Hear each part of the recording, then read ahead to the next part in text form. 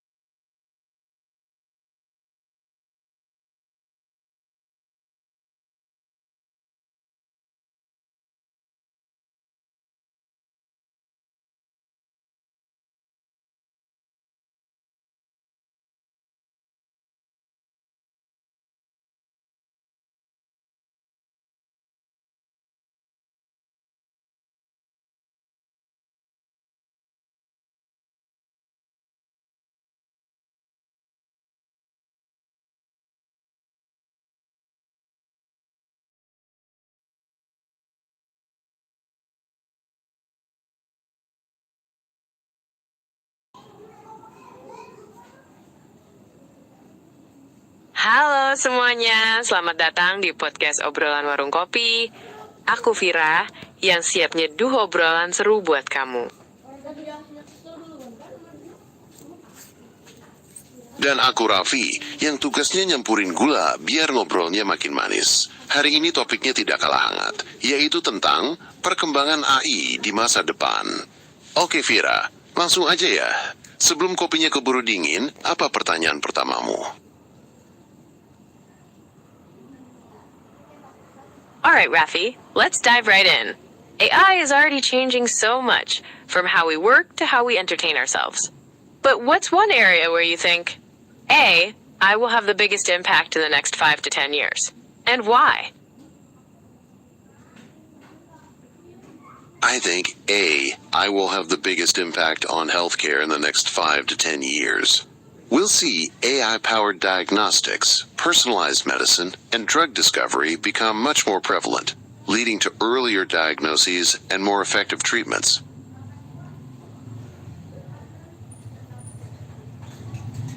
That's a fascinating point, Rafi. Personalized medicine sounds incredibly promising. But what about the ethical considerations? How do we ensure that AI in healthcare is used fairly and doesn't exacerbate existing inequalities in access to care? That's a critical question, Fira. We need robust regulations and ethical frameworks to guide the development and deployment of AI in healthcare. Data privacy, algorithmic bias, and transparency are all key areas that need careful attention to ensure equitable access and prevent discrimination. Absolutely, Rafi. Transparency seems crucial. But practically speaking, how do we even begin to build transparency into these complex AI systems? Is it even possible for the average person to understand how these algorithms are making decisions about their health? It's a challenge, no doubt. One approach is to focus on explainable AI, XAI, which aims to make AI decision-making processes more understandable to humans. Also, involving patients and healthcare professionals in the development and testing of these systems can help ensure they are aligned with ethical values and societal needs. Explainable AI, that's a great term.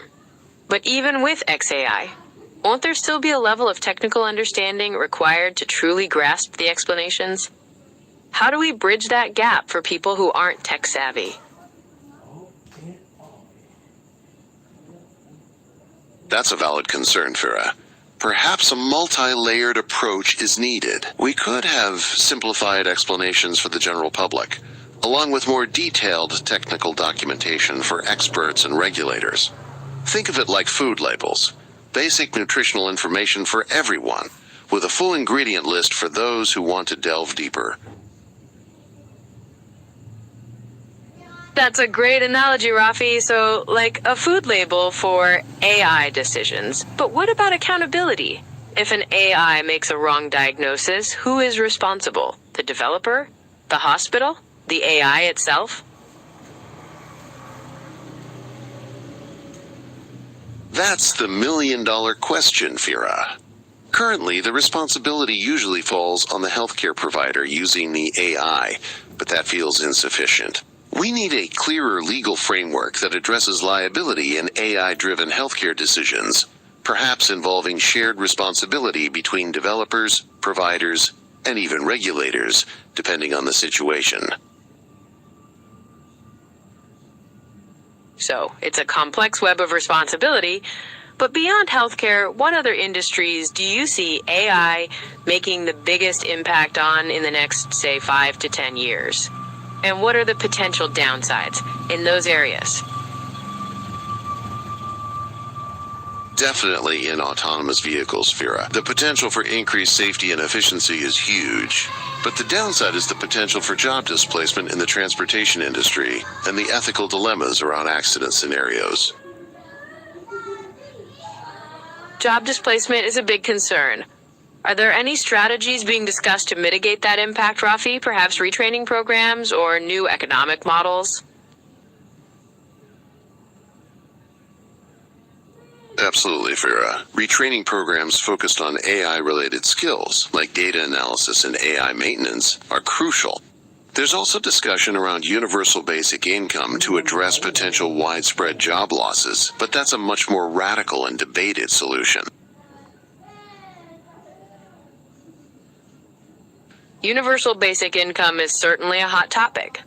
But assuming retraining is a more likely path, how accessible will those programs be to the people who need them most? Will they be equitable across different demographics and locations? That's a key challenge, Fira. Accessibility needs to be prioritized, with programs offered in multiple languages and locations, potentially even online. Government funding and partnerships with educational institutions will be essential to make them truly equitable. That makes sense. Speaking of government funding, how much do you think governments should be investing in AI research and development compared to, say, other sectors like healthcare or education? Is there a sweet spot? That's a tough balancing act, Fira. I think a significant investment in AI R&D is crucial for long-term economic growth and competitiveness, but it shouldn't come at the expense of essential services like healthcare and education. A strategic allocation, perhaps prioritizing AI applications that can improve those sectors, might be the sweet spot. So AI improving those sectors sounds promising. But what about the ethical considerations? We've touched on job displacement, But what about bias in algorithms, or the potential for misuse of AI technologies? Where do ethics fit into this future of AI? Ethics has to be at the forefront, Fira. We need robust regulatory frameworks, transparent algorithms, and diverse development teams to mitigate bias. Education and public discourse are also crucial to ensure responsible AI development and deployment. Okay, so regulation and transparency. That's a big task. But how do we even define responsible AI? What are the key ethical principles that should guide us? And how can we translate those principles into concrete policies and practices?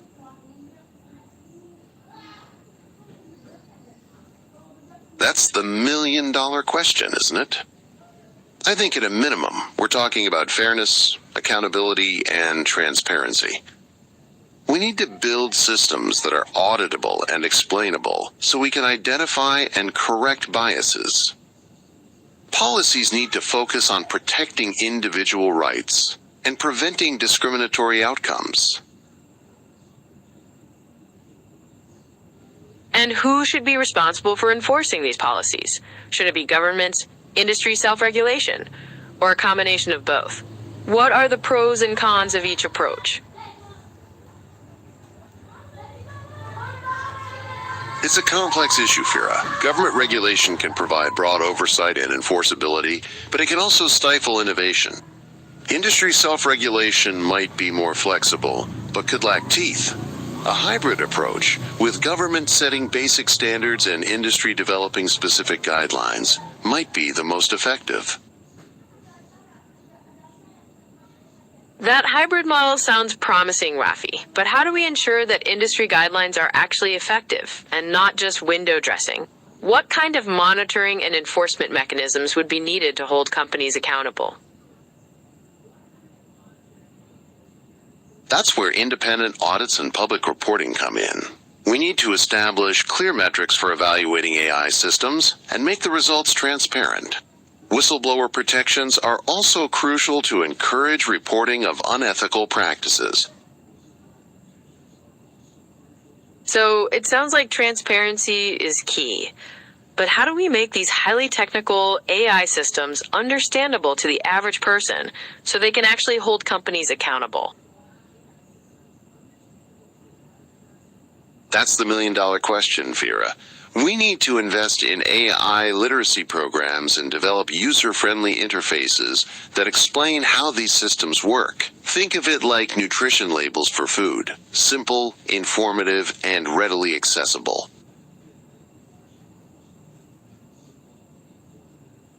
That's a great analogy, Rafi. But nutrition labels took decades to become standardized and widely used. How can we accelerate the adoption of similar AI labels before AI becomes even more deeply integrated into our lives? Collaboration is key, Fira. We need tech companies, policymakers, and consumer advocacy groups working together to develop these standards. Maybe even a global consortium to ensure consistency across borders. That makes sense. But what about the potential for these AI labels to be gamed or manipulated by companies? How can we ensure their accuracy and prevent them from becoming just another form of greenwashing?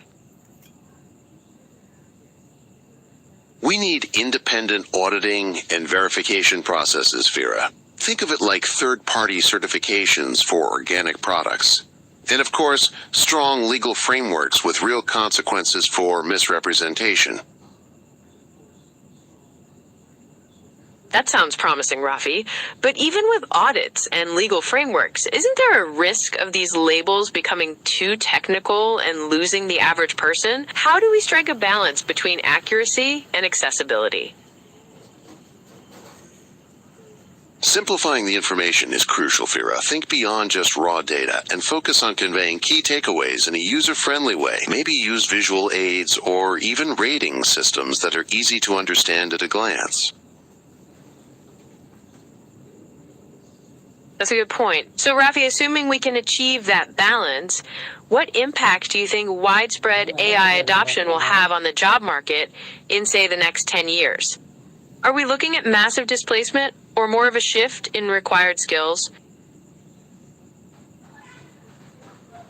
It will definitely be a shift, Fira. Some jobs will be automated, but new roles focusing on AI management, training, and ethics will emerge. The key is investing in education and retraining programs now to prepare people for those new opportunities.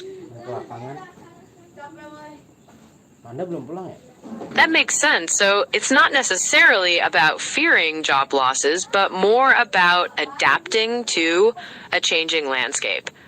But what about the creative fields? Do you think AI will eventually replace artists, writers, and musicians, or will it remain a tool to enhance their creativity?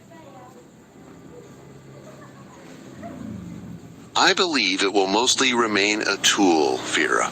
While AI can generate content, true creativity comes from human experience and emotion. AI can assist with tasks, but the artistic vision will still be driven by people. That's reassuring to hear.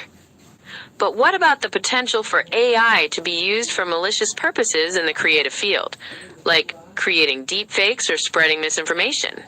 How do we mitigate those risks? That's a very real concern, Fira. We need robust regulations and ethical guidelines surrounding AI-generated content. Watermarking and provenance tracking can help identify the source of the content and combat deepfakes. Public awareness campaigns are also crucial to educate people about these risks. Absolutely. So it's a multi-pronged approach involving technology, regulation, and education. Now, switching gears a bit, what are some of the biggest challenges you see in the development of AI that we need to overcome to ensure a positive future? One of the biggest challenges is bias in the data used to train AI models, Fira. If the data reflects existing societal biases, the AI will perpetuate and even amplify them. Ensuring data diversity and fairness is critical. That makes total sense. How can we actually ensure data diversity and fairness in practice? Is it just about collecting more data from different sources, or is there more to it than that? It's more than just collecting more data, Fira. We need to actively identify and mitigate biases within the data itself. This involves techniques like data augmentation to balance underrepresented groups and algorithmic fairness methods to prevent biased outcomes. So it's a combination of cleaning up the existing data and proactively creating better data sets. What about the cost involved in doing all of this? I imagine it's not cheap to properly curate data like that. You're right, Fira. It definitely adds to the cost of AI development. But think of it as an investment. The cost of not addressing bias is far greater in terms of societal harm and reputational damage. That's a really good point. So it's about weighing the initial investment against the potential long-term consequences. What role do you see governments playing in regulating AI development to ensure fairness and ethical considerations are prioritized?